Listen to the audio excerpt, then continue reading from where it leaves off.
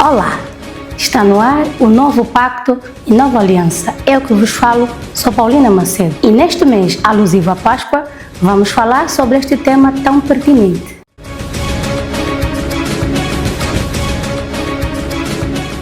Quando surgiu a Páscoa?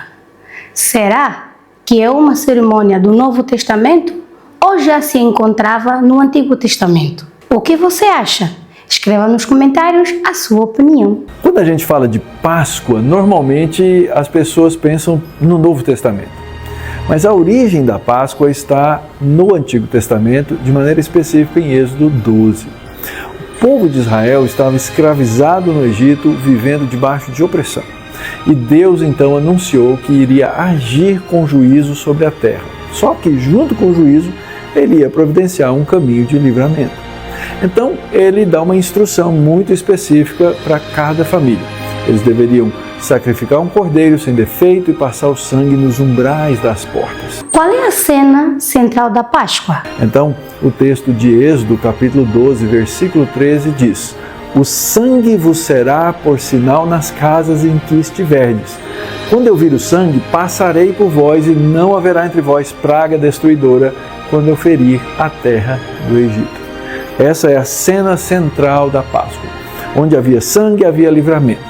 O juízo não atingiria aquela casa. Quais são os seus fundamentos? E aqui aparece um princípio fundamental. Alguém morre para que outro viva. O cordeiro ocupa o lugar de outro. O sangue aponta para uma vida que foi entregue. Isso não aparece do nada na Bíblia. Existe um padrão que vem sendo construído desde o início da história da redenção. Logo depois da queda, em Gênesis, quando Deus cobre Adão e Eva com o sangue de um outro animal. Quando a gente chega em Êxodo 12, esse princípio aparece de forma histórica muito clara. O sangue protege da morte porque representa uma vida que foi entregue no lugar de outra. Mais tarde, esse princípio vai ser explicado de forma objetiva e direta em Levítico 17:11. Deus disse: porque a vida da carne está no sangue. É o sangue que fará a expiação pela vida. Ou seja, aquilo que acontece na Páscoa já operava dentro desse padrão maior da redenção, que depois vai ser claramente ensinado ao povo. Depois disso, Deus manda que esse momento seja celebrado todos os anos. Isso vai servir como uma lembrança, mas também como uma oportunidade de ensino. Ele diz: quando seus filhos perguntarem o que é essa celebração, os pais deveriam contar a história da libertação do Egito. Eles vão aprender geração após geração que eles pertencem a um Deus libertador. Além disso, a Páscoa marca o início da história de Israel como povo, o povo que saiu do Egito e que agora se relaciona com ele. Quando você coloca tudo isso junto, o cordeiro sem defeito, o sangue, o livramento do juízo, você percebe que a Páscoa estabelece um padrão que vai estar por toda a Bíblia. Deus salva o seu povo por meio de um substituto. E a vida é preservada porque outra vida foi entregue. Então, a Páscoa no Antigo Testamento coloca os fundamentos da redenção dentro da história. Os fundamentos que serão desenvolvidos e cumpridos com a vinda do Redentor. Ora, você viu que a Páscoa estabeleceu os seus fundamentos no Antigo Testamento. E como você vê a Páscoa no Novo Testamento? No Novo Testamento, a Páscoa ganha um novo significado. A Páscoa é muito importante no final do ministério do nosso Senhor Jesus Cristo, já que é na época desta festa do Antigo Testamento, e uma festa muito importante entre os judeus, que Jesus resolve celebrar a sua última Páscoa com os seus discípulos. Na verdade, ele até diz que estava muito ansioso para celebrar aquela última Páscoa.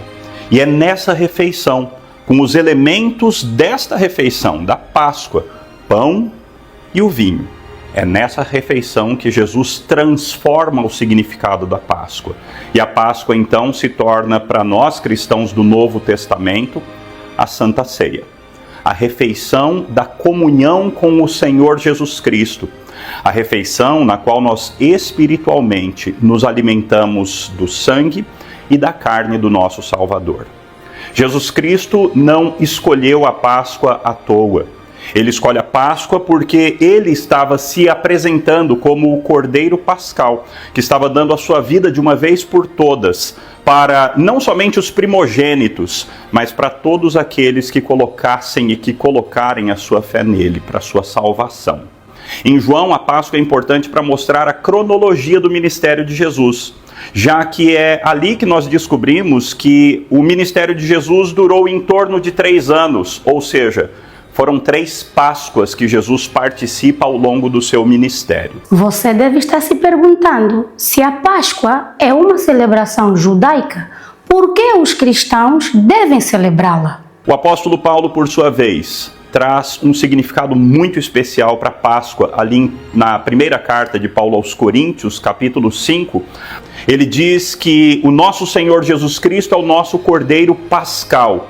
E nós cristãos somos chamados para ser como que pães asmos, pães sem fermento. Os mesmos pães que eram apresentados na época da Páscoa junto com o Cordeiro Pascal. Então o apóstolo Paulo faz uma aplicação toda especial da Páscoa, aplicando a nós cristãos a um chamado à santidade.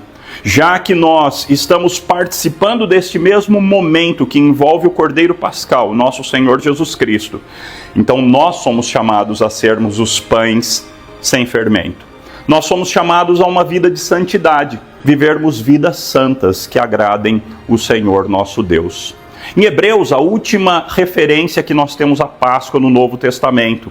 É interessante porque o autor volta à Páscoa do Antigo Testamento. E ele faz uma leitura daquela Páscoa como uma Páscoa que foi feita pela fé. Não por obras, não por uma decisão pessoal, mas aqueles que celebraram a Páscoa na Velha Aliança já o faziam pela fé. E assim, unidos nesta mesma fé, nós somos chamados a celebrar a Páscoa. Não mais a Páscoa judaica, mas a Páscoa cristã, pois o nosso Cordeiro Pascal foi crucificado por nós. Louvado seja o nosso Senhor Jesus Cristo. Isso é o que nós tínhamos para o programa de hoje. O nosso programa fica por aqui. Envie a sua sugestão para o nosso programa, isto é, de temas para o nosso programa. Até lá, que a paz do Senhor esteja com todos vocês.